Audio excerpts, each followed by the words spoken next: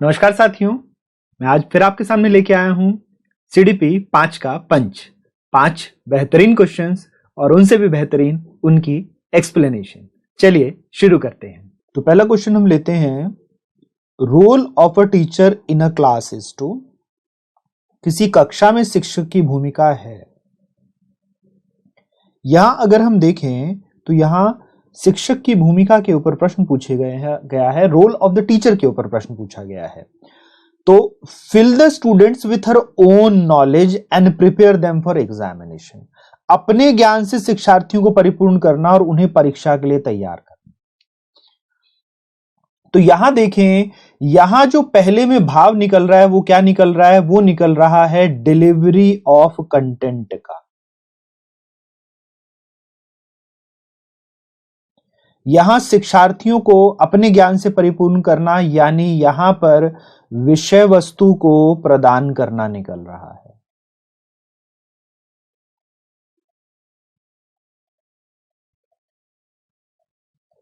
दूसरा, prepare them for examination, उनको परीक्षा के लिए तैयार किया जा रहा है, उनको जीवन के लिए तैयार नहीं किया जा रहा।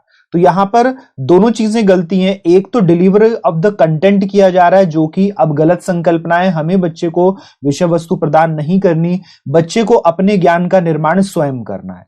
दूसरा, यहां पर परीक्षा के लिए तैयार करना, जो भी अपने आप में गलत है, क्योंकि अब हमें बच्चे को जीवन के लिए तैयार करना है। We have to prepare the child for the life. अब जो हम prepare the child for the life की बात करते हैं, तो अगर आपने अभी तक करिकुलम, सीबीएसई करिकुलम की वीडियोस को नहीं देखा है तो प्लेलिस्ट में जाकर सीबीएसई करिकुलम के प्रिंसिपल्स की जो वीडियो है 2021 के जो हमें प्रिंसिपल्स दिए हैं सीबीएसई ने, उसको देखिएगा। उसमें आपको ये स्पष्ट होगा कि अब हमें एग्जाम के लिए बच्चों को तैयार नहीं करना, 21st सेंचुरी स्किल्स के लिए बच्चों को तैयार करना है, 21वीं सदी के कौशलों के लिए बच्चों को तैयार करना है। तो इसीलिए पहला तो उत्तर हमें नहीं दिखता है। दूसरा कथन देखते हैं, transmit knowledge in a straight fashion and prepare students for the right answer. सीधे तरीके से ज्ञान पहुंचाना और सही उत्तरों के लिए तैयार करना। अब यहां पर prepare students for the right answer, ये तो हमें ठीक समझ में आता है। दूसरा कथन तो इसका ठीक है, जो इसमें एंड के बाद का कथन है, लेकिन एंड से पहले फिर से ट्रांसमिट नॉलेज आ गया, फिर से आ गया ज्ञान को पहुंचाना, यानी फिर से विषय वस्तु को प्रदान करने का भाव आ गया। डिलीवरी ऑफ द कंटेंट का हमारे पास फिर से परसेप्शन इसमें आ जाता है, इसीलिए ये उत्तर भी गलत हो जाता है। नेक्स्ट इसमें हम देखें तो follow the time table strictly and stick to the course. Course के प्रति रखना और टाइम टेबल को स्ट्रिक्ट करना, फॉलो। समय सारणी की कठोरता और पाठ्यक्रम से बंधना। अब दोनों ही चीजें फिर से सीबीएसई के प्रिंसिपल्स के हिसाब से सही नहीं है, क्योंकि अब इसमें डिमांड की जाती है flexibility according to the child. इसमें डिमांड किया जाता है लचीलापन बालक की मांगों के हिसाब से।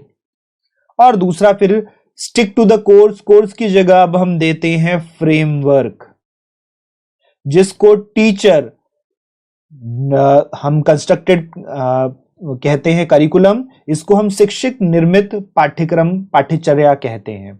तो यहां पर पाठ्यक्रम से बंधा न होकर हमें फ्रेमवर्क दिया जाता है, जिसको शिक्षक अपने हिसाब से बालकों की आवश्यकताओं के हिसाब से लेके चलता है। इसलिए कठोरता और पाठ्यक्रम से बंधना दोनों गलत है। Sticking to the course and follow the strict time table, that is wrong. तो फिर चौथा ऑप्शन देखें तो प्रोवाइड ऑथेंटिक लर्निंग सिचुएशंस, विश्वसनीय स्थितियां सीखने की जुटाना। फैसिलिटेट इंडिपेंडेंट थिंकिंग, स्वतंत्र चिंतन की सुविधा देना। तो यहां हमें दिखा constructivism, here we are seeing the constructivism, हमें यहां निर्माणवाद दिखता है, और निर्माणवाद दिखता है तो निर्माणवाद ही हमारे लिए सही विकल्प है। तो उत्तर यहां चौथा होगा। तो प्रोवाइडिंग ऑथेंटिक सिचुएशंस, हमें बिल्कुल विश्वसनीय स्थितियां, जो एक मौलिक स्थितियां होती हैं, वो प्रदान करना, और इंडिपेंडेंट थिंकिंग, स्वतंत्र चिंतन या स्वायत्ता या निर्माणवाद को प्रमोट करना है। तो उत्तर यहां चौथा रहा। अगले प्रश्न की ओर चलते हैं।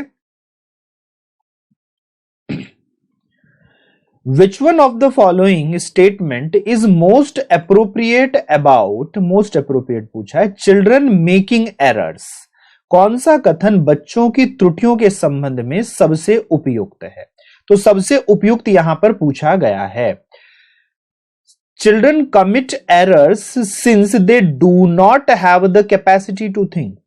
बच्चे गलतियां करते हैं क्योंकि उनमें विचार करने की क्षमता नहीं होती। तो प्याजे भी बोलते हैं कि बच्चों में विचार करने की क्षमता है, और वाइगोस्की भी बोलते हैं कि बच्चों में विचार करने की क्षमता है। बोथ प्याजे and Vygotsky talk about the thinking capacity of the child. प्याजे तो यहां तक कहते हैं the thinking process of the child is equivalent to that of the adult.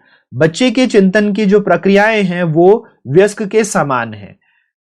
Children are therefore he has term children as the little explorer and little scientist. इसीलिए उसने बच्चों को नन्हा खोजी और नन्हा वैज्ञानिक कहा है। तो यहां पर पहला कथन हम देखते हैं कि गलत है। दूसरा, children errors are window into how they think. बच्चों की गलतियां एक खिड़की के समान होती हैं, यह जानने की वो किस प्रकार सोचते हैं, ये चिंतन करते हैं। ये कथन हम बिल्कुल ठीक देखते हैं, यहां पे हम बिल्कुल सही कथन पाते हैं। फिर तीसरा देखते हैं, to avoid making errors children need to imitate the other teacher. गलतियों से बचने के लिए बच्चों को शिक्षकों का अनुकरण करना चाहिए। तो ये एक बिहेवियरिस्ट हम मॉडल देख लेंगे, इमिटेशन को लेके चला जा रहा है। तो बिहेवियरिस्ट मॉडल है, चाहे स्किनर का चाहे बंदूरा का, दोनों का ही ये व्यवहारवादी उपागम है। और यहां बच्चे की मौलिकता, बच्चे की ओरिजिनलिटी को हम नुकसान पहुंचाते हैं अगर बच्चा अनुकरण करता है। तो बच्चा बेशक देखे सीखे शिक्षक से, लेकिन वो उसको अपने हिसाब से प्रयोग करे, दैट इज स्कैफोल्डिंग। बच्चे को हम सहायक संरचना प्रदान कर रहे हैं। तो इसलिए यहां पर तीसरा कथन तो गलत है। चौथे कथन को देखते हैं हम, children errors need to taken seriously and they should be punished severely. तो बच्चों की गलतियों को गंभीरता से लिया जाना चाहिए, ये आधा कथन ठीक है, but they should be punished, उनको कठोर दंड दिए जाने चाहिए, ये गलत है। So that they do not repeat mistakes, ताकि वे गलतियां ना दोहराएं। गंभीरता से लेना है और उनके लिए फिर हमें क्या करना है, गंभीरता से लेने के बाद हमने निदान, प्रतिपुष्टि और उपचार करना है। After taking the errors seriously we have to provide the diagnosis, feedback and remedy to the child. तो इसमें पनिशमेंट बिल्कुल गलत है, कठोर दंड बिल्कुल गलत है, इसलिए यह भी उत्तर सही नहीं, यह भी कथन सही नहीं हो सकता। तो उत्तर दूसरा ठीक है, जहां पे हम पाते हैं कि बच्चों की गलतियों से हम उनके अलग अलग चिंतन का पता कर पाते हैं और उसी के माध्यम से हम डायग्नोसिस कर पाते हैं, निदान कर पाते हैं, फीडबैक दे पाते हैं, प्रतिपुष्टि दे पाते हैं एंड रेमेडीज ऑपरेशनलाइज कर पाते हैं, उपचार को हम क्रियान्वित कर पाते हैं। तो उत्तर यहां दूसरा रहेगा। अगले प्रश्न की ओर चलते हैं। Assessment is a integral part of teaching learning process because. आकलन शिक्षण अधिगम प्रक्रिया का अभिन्न अंग है, क्योंकि अब अगर हम आकलन की बात करें तो आकलन अब बिल्कुल अभिन्न अंग है, क्योंकि पिछले ही प्रश्न में हमने देखा कि जब तक बच्चे की त्रुटियां या बच्चे का आकलन नहीं होगा तब तक हम बच्चे के चिंतन के बारे में बहुत बेहतर तरीके से नहीं जान सकते, और तब तक हम बच्चे की कमियों का, त्रुटियों का, रिक्तियों का न तो निदान कर सकते हैं, न प्रतिपुष्टि दे सकते हैं, न उपचार कर सकते हैं। Assessment is very integral to the learning and teaching learning process because in the previous question we have seen that through the assessment we can identify the errors, then only we can identify the shortcomings, the learning gaps, the various errors of the child, and then we can plan and provide the diagnosis, feedback and remedial processes to the child। तो यहां हम देखें किस में ये भाव निकल के आ रहा है। तो यहां हम देख रहे हैं, तो आज के समय में today's time marks are the only important thing. तो ओनली गलत है, आज के समय में केवल अंक ही शिक्षा में महत्वपूर्ण है। तो अंक महत्वपूर्ण बिल्कुल नहीं होते, कौशल और विकास सबसे महत्वपूर्ण है। Marks are not important, skills and development is most important thing for the child. और यही बच्चे को भविष्य के लिए तैयार करता है। Children need to be marked so that they know where they stand in comparison to their peers. बच्चों में अंक दिए जाने चाहिए ताकि वो समझ सके कि अपने सहपाठियों की तुलना में कहां पर है। तो अब रिफॉर्म और प्रोग्रेसिव एजुकेशन, सुधार के बाद अग्रोणमुखी शिक्षा कंपैरिजन के लिए मना करती है, तुलना के लिए मना करती है। इसीलिए यह भी आकलन का उद्देश्य नहीं हो सकता, क्योंकि हम आकलन के माध्यम से तुलना तो नहीं करना चाहते।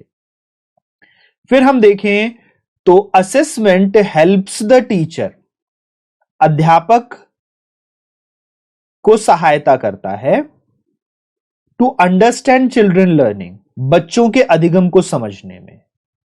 तो ये तो बिल्कुल ठीक है बात हमारे पास, क्योंकि हम बच्चे के अधिगम को समझ पाते हैं, इसीलिए हम निदान, प्रतिपुष्टि और उपचार कर पाते हैं। It is absolutely correct, because after understanding the child's learning then only we can provide the diagnosis, feedback and remedy. अब फिर इसमें serves as a feedback for her own teaching, तो यहां पर उनके शिक्षण की प्रतिपुष्टि भी करता है ये, तो ये भी बिल्कुल ठीक है, क्योंकि जो प्रोसेस हमने बच्चे को इंस्ट्रक्शन के माध्यम से फैसिलिटेट किया है, जो प्रक्रिया हमने बच्चे के लिए निर्देशन और या अनुदेशन के माध्यम से क्रियान्वित कर रही है, वो कितनी सफल रही या असफल रही, ये भी शिक्षक अपने शिक्षण के बारे में जान पाएगा जब बच्चे का आकलन करेगा वो। That also the teacher can learn about themselves that what are the shortcomings in the various facilitative processes which he has facilitated. So यहां पर अपने फीडबैक के लिए भी, शिक्षक के फीडबैक के लिए भी ये एक बहुत आवश्यक तत्व हो जाता है। तो दोनों ही कथन ठीक दिख रहे हैं, तो उत्तर तो यही होना चाहिए। चौथा ऑप्शन भी देख लेते हैं उसमें क्या गलती है। Assessment is the only way, एक तो ओनली की गलती दिख रही है, एकमात्र तरीका है। Teachers have taught and students have learn, तो शिक्षकों ने पढ़ाया और बच्चों ने सीखा, तो एकमात्र तरीका यहां गलत दे दिया गया है, वरना ये एक और तरीका है जिससे हम पता कर सकते हैं। अन्य भी तरीके हो सकते हैं, other tools are also available, इसीलिए ये एक बहुत अच्छा विकल्प नहीं है, इसलिए हमारा उत्तर नहीं होगा। ये कथन पूरी तरह से गलत तो नहीं है, आधा गलत है। अगर ओनली हटा दिया जाए, केवल हटा दिया जाए, तो ये कथन फिर भी ठीक हो जाता है, लेकिन इसमें उत्तर नहीं होगा क्योंकि यहां ओनली दे रखा है। तो उत्तर तो यहां हमें तीसरा दिखाई देगा, यहां उत्तर आकलन के लिए हमें थर्ड दिखाई देगा। तो चलिए अगले प्रश्न की ओर चलते हैं। The curriculum must enable children to find their voices, nurture their curiosity, to do things, to ask questions, and to pursue investigations, sharing and integrating their experiences with school knowledge. यहां पर पाठ्यचर्या के रिफॉर्म के बाद कैसी पाठ्यचर्या हो जानी चाहिए उसके बारे में बात की गई है और बहुत अच्छे बिंदु हैं। तो जिसको भी पाठ्यचर्या अब क्या काम करनी चाहिए रिफॉर्म के बाद, सुधार के बाद, तो ये बिंदु नोट कर लेंगे आप अपने नोट्स में, जहां पर भी नोट्स बनाते हो, क्योंकि ये बिंदु बहुत महत्वपूर्ण और बहुत अच्छे बिंदु हैं। पाठ्यचर्या ऐसी हो जो पाठ्यपुस्तक के ज्ञान को पुनः प्रस्तुत करने के स्थान पर, तो यहां पर जो चीज छोड़नी है वो भी बताया हुआ है। पुनः प्रस्तुत करने के यानी रिमेंबर, रिकॉल, जो हम मेमोरी को रटने की बात करते हैं, एबिलिटी टू रिप्रोड्यूस, ये नहीं करना है। तो जो नहीं करना है क्या, एबिलिटी टू रिप्रोड्यूस, पुनः प्रस्तुत या पुनः उत्पादन करने को नहीं करना है। करना क्या क्या आएगा इससे, क्या बच्चों को अपनी आवाज पाने, यानी बच्चे अपने वॉइसेस पाने का मतलब होता है अपने विचारों को एक्सप्रेस कर पाएंगे, कार्य को करने के लिए अपनी जिज्ञासा का पोषण करने, प्रश्न पूछने, जांच पड़ताल करने, अपने अनुभवों को बांटने तथा विद्यालय के ज्ञान के साथ जोड़ने में सक्षम बनाता है। तो ये सारी चीजें अब नया रिफॉर्मेटिव करिकुलम करेगा, जो कि मैं सीबीएसई करिकुलम का बार बार नाम लेता हूं, जिसकी मैंने सीरीज अभी शुरू की हुई है। संडे टू संडे मैं उसको 12:30 बजे ले रहा हूं। तो सीबीएसई के जो प्रिंसिपल्स हैं, जो सीबीएसई ने अपने ड्राफ्ट पेपर में प्रस्तुत किए हैं, तो उनको मैं ले रहा हूं। उसमें यह बात कही गई है कि अब रिप्रोडक्शन ऑफ द नॉलेज नहीं करना, अपने ज्ञान का पुनरुत्पादन नहीं करना, रटकर उल्टी की तरह बक बक बक बक कर दिया, वो नहीं करना। क्या क्या चीजें विकसित होनी है, फाइंड देयर वॉइसेस, अपने वॉइसेस को एक्सप्रेस कर सके, अपने आवाज को, अपने विचारों को प्रस्तुत कर सके। फिर नर्चर देयर क्यूरियोसिटी, अपनी जिज्ञासा को पोषित कर सके। आस्क क्वेश्चंस, प्रश्न पूछ सकें, इन्वेस्टिगेट कर सकें, जांच पड़ताल कर सकें, अपने अनुभव एक्सपीरियंसेस को शेयर करें, स्कूल नॉलेज के साथ इंटीग्रेट करें, स्कूल के ज्ञान के साथ अनुभवों को इंटीग्रेट करें। ये सब काम हमारे पास एनसीएफ ने प्रपोज किया, जिसको फिर से हमारा सीबीएसई करिकुलम बता रहा है। अब रोल ऑफ द टीचर, इसके बैकड्रॉप में क्या होना चाहिए? यहां पर हमसे रोल ऑफ द टीचर पूछा गया है,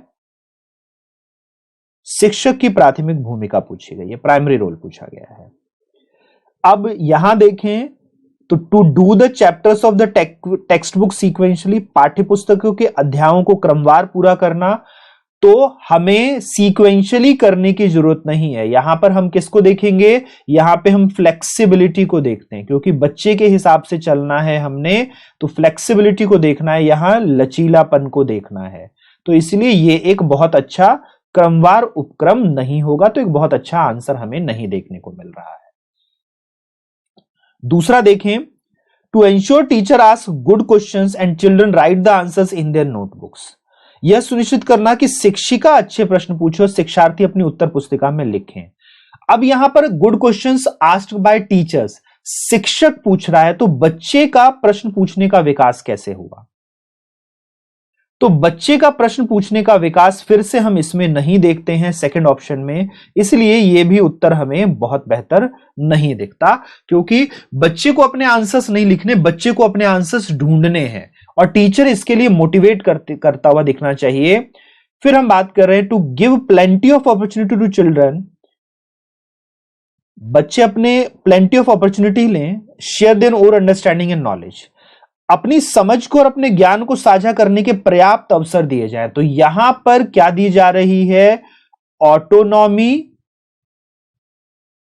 एंड कंस्ट्रक्शन,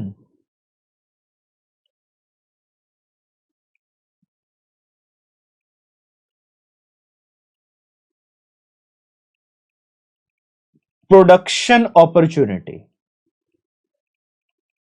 तो तीसरे ऑप्शन में क्या दिया जा रहा है? तीसरे ऑप्शन में दिया जा रहा है स्वायत्तता। तो यहां हमें स्वायत्तता देखने को मिलती है, साथ साथ ये स्वायत्तता किसकी तरफ लेके जाती है? ये यहां पर निर्माणवादी उत्पादन के अवसर दे रही है, कि बच्चा खुद अपना निर्माण करके अलग अलग चीज जगह उसको उत्पादित करे, तो उत्पादन के अवसर भी हमें ये देती हुई दिख रही है। तो उत्तर तो हमारे अनुसार यही होना चाहिए। चौथा ऑप्शन में देख लेते हैं क्या गलती है। To discard the experiences of the children, focus on the text book, बच्चे के अनुभवों को निरस्त करना और पाठ्य पुस्तक पर ध्यान केंद्रित करना। तो डिस्कार्ड, बच्चे के अनुभव को निरस्त करना, सबसे खराब चीजें हैं। तब बच्चे डिपेंडेंट हो जाते हैं टीचर पर, शिक्षक पर निर्भर हो जाते हैं, क्योंकि उनके अपने एक्सपीरियंसेस को शिक्षक बार बार निरस्त कर रहा है, बार बार अस्वीकार कर रहा है, बार बार डिस्कार्ड कर रहा है, रिजेक्ट कर रहा है, और फिर वो टेक्स्ट बुक से और शिक्षक की दी गई चीजों से रटना शुरू हो जाते हैं। इसलिए चौथा तो हमारे लिए बहुत अच्छा ऑप्शन नहीं, बल्कि सरासर गलत ऑप्शन है। चलिए अगले प्रश्न को देखते हैं। यहां उत्तर तीसरा रहा।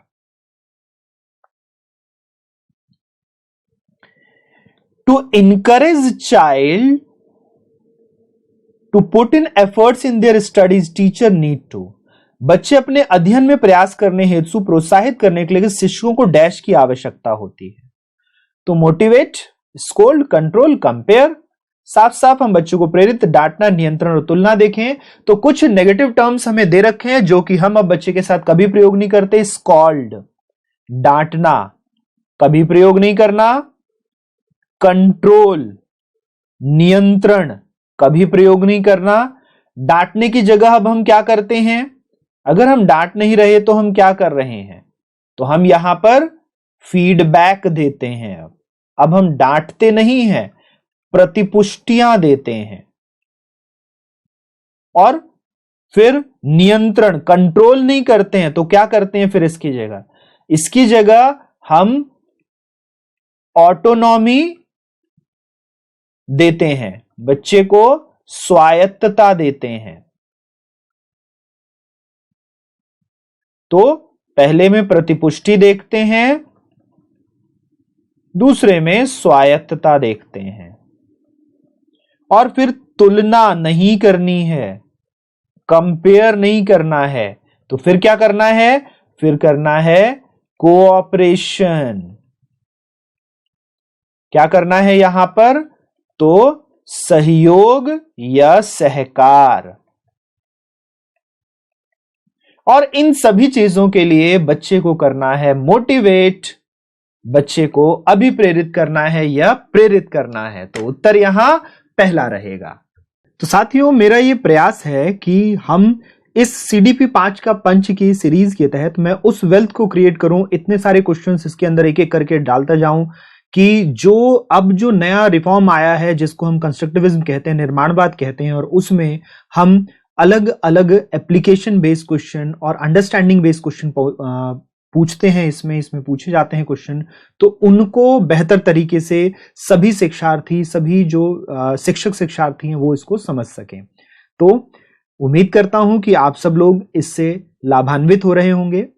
जो लोग इस वीडियो को देख रहे थे उन सभी का धन्यवाद। फिर मिलते हैं साथियों, नमस्कार।